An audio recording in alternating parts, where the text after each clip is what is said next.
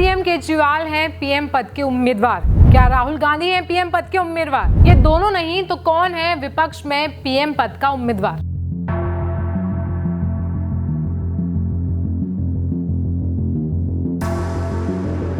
नमस्कार, मैं हूं आयुषी और आप देख रहे हैं जनसत्ता। इस समय देश को 4 जून का इंतजार है।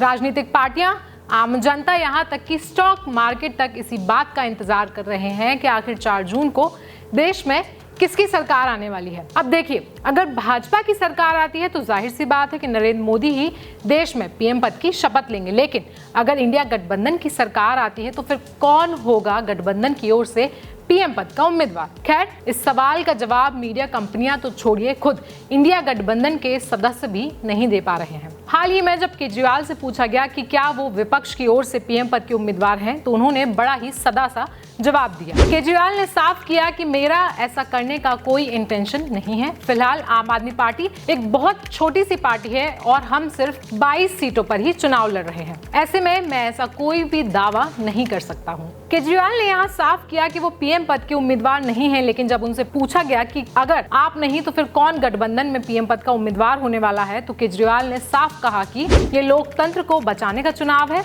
हमें देश को तानाशाही से बचाना है। अगर बीजेपी दोबारा सत्ता में आए तो लोकतंत्र खत्म कर दी जाएगी। कोई चुनाव नहीं होगा। अगर ऐसा हुआ तो भी ये रूस जैसा होगा, जहां व्लादिमीर पुतिन ने विपक्ष को जेल में डाल दिया था और उन्हें मरवा दिया गया था और फिर चुनाव करवाए गए थे। वहीं बांग्लादेश में शेख हसीना ने सभी विपक्षी नेताओं को जेल में डाल दिया था। पाकिस्तान में भी उन्होंने इमरान खान को जेल में डाल रखा है।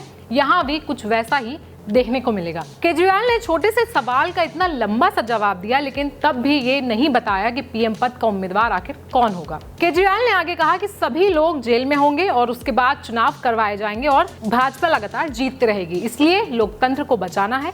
चेहरा कौन होगा ये 4 जून के बाद ही तय होगा, लेकिन मेरा पीएम चेहरा बनने का कोई भी इरादा नहीं है। बता दें कि दिल्ली के सीएम अरविंद केजरीवाल इस समय बेल पर हैं और सुप्रीम कोर्ट ने उन्हें 1 जून तक की बेल दे रखी है और केजरीवाल को 2 जून को खुद ही सरेंडर करना पड़ेगा। और यही वजह है कि अपनी चुनावी रैली में केजरीवाल लगातार दोहरा रहे हैं कि अगर भाजपा की सरकार आती है तो उन्हें जेल जाना पड़ेगा और अगर इंडिया गठबंधन की सरकार आती है तो वो जेल जाने से बच जाएंगे। केजरीवाल ने भाजपा पर आरोप लगाते हुए कहा कि सब जानते हैं कि कौन किसके प्रेशर में काम कर रहा है। केजरीवाल ने आगे कहा कि मनीष सिसोदिया और सत्येंद्र जैन दोनों लोगों को भाजपा ज्वाइन करने के ऑफर आ रहे हैं अगर वो जेल से बाहर निकलना चाहते हैं तो। अब यहाँ एक बहुत ही जरूरी सवाल उठता है कि अगर केजरीवाल खुद पीएम नहीं बनना चाहते हैं तो क्या वो राहुल गांधी या फिर विपक्ष के किसी और नेता को पीएम बनने पर अपनी सहमति जताएंगे या नहीं।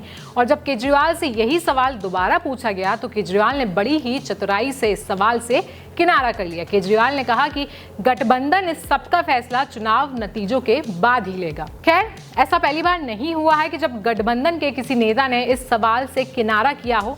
2023 में जब गठबंधन बनाया गया था तब भी ये तय नहीं था कि आखिर इस दल का मुखिया कौन होने वाला है, जिसकी वजह से पीएम मोदी और उनके नेताओं ने इसे लेकर कई बार विपक्ष पर निशाना भी साधा है। एक रैली में अमित शाह ने कहा था कि इंडी गठबंधन के पास कोई नेता नहीं है। गठबंधन 5 साल में 5 प्रधानमंत्री चाहता है। इंडी गठबंधन के पास ना तो नेता है और ना ही देश के विकास के लिए कोई इरादा है। आपको बता दें कि वंशवाद का तंज कांग्रेस और गांधी परिवार पर भाजपा का पसंदीदा हमला है। इससे पहले मंगलवार को पीएम मोदी ने समाजवादी पार्टी के मुखिया और उत्तर प्रदेश के पूर्व मुख्यमंत्री अखिलेश यादव तक निशाना साधा था। लेकिन विपक्षी गठबंधन का हर बार यही कहना है कि इंडिया ब्लॉक ने फैसला किया है कि हम एक साथ मिलकर एक वैचारिक चुनाव लड़ रहे हैं। चुनाव जीतने के बाद कौन नेता होगा, कौन प्रधानमंत्री होगा जैसे सवालों का जवाब गठबंधन संयुक्त रूप से तय करेगा। बता दें कि कांग्रेस प्रेसिडेंट मल्लिकार्जुन खड़गे ने नवंबर में भी इसी तरह का जवाब देते हुए एक टीवी चैनल से कहा था कि उनकी पार्टी किसी एक व्यक्ति को पीएम मोदी के खिलाफ खड़ा करने के